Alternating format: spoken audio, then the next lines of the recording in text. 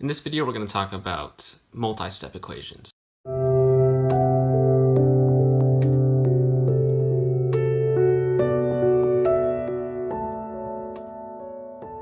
So before, we only had to do one step in order to get the answer. This one's going to have a couple steps to it. But if you remember from when we would solve questions like 8 plus 6 times 2, there was a very specific set of instructions that we had.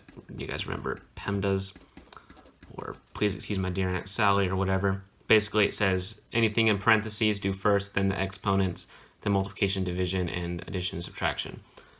So we would do 6 times 2 first, which gives us 12, and then we do 8 plus 12 afterwards.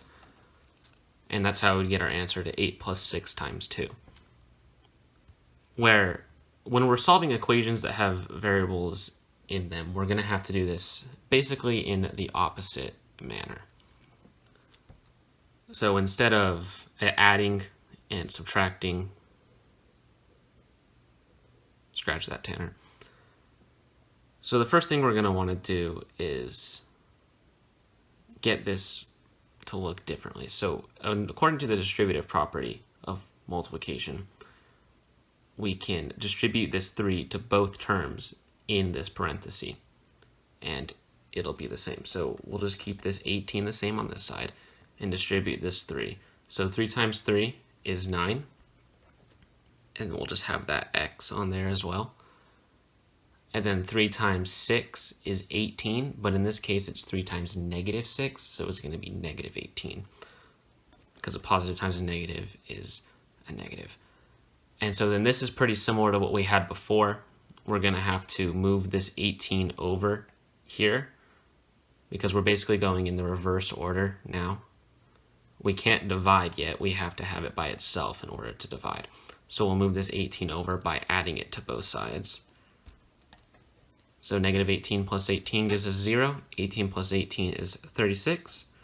36 equals 9x, and this is just a one-step equation now. So we'll divide by 9 on both sides, and x will equal 4. And so that's the answer to that one. That's one method of solving this equation. We could do it this way as well. I'm just going to rewrite it real quick.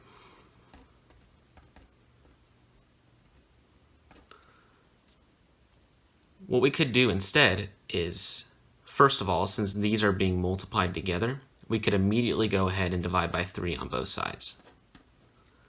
And so that would make this 3 divided by 3, which would be 1. Since these are multiplied together, you can think of this whole 3x minus 6 in parentheses as just a singular entity.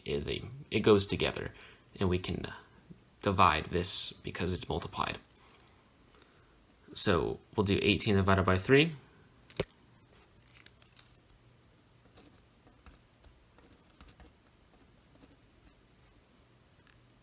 And then we have 6 equals 3x minus 6, and we'll basically do the same thing. We'll add 6 to both sides in order to get this 3x by itself. We'll have 12 equals 3x, and then we'll do divide by 3, and we'll get x equals 4.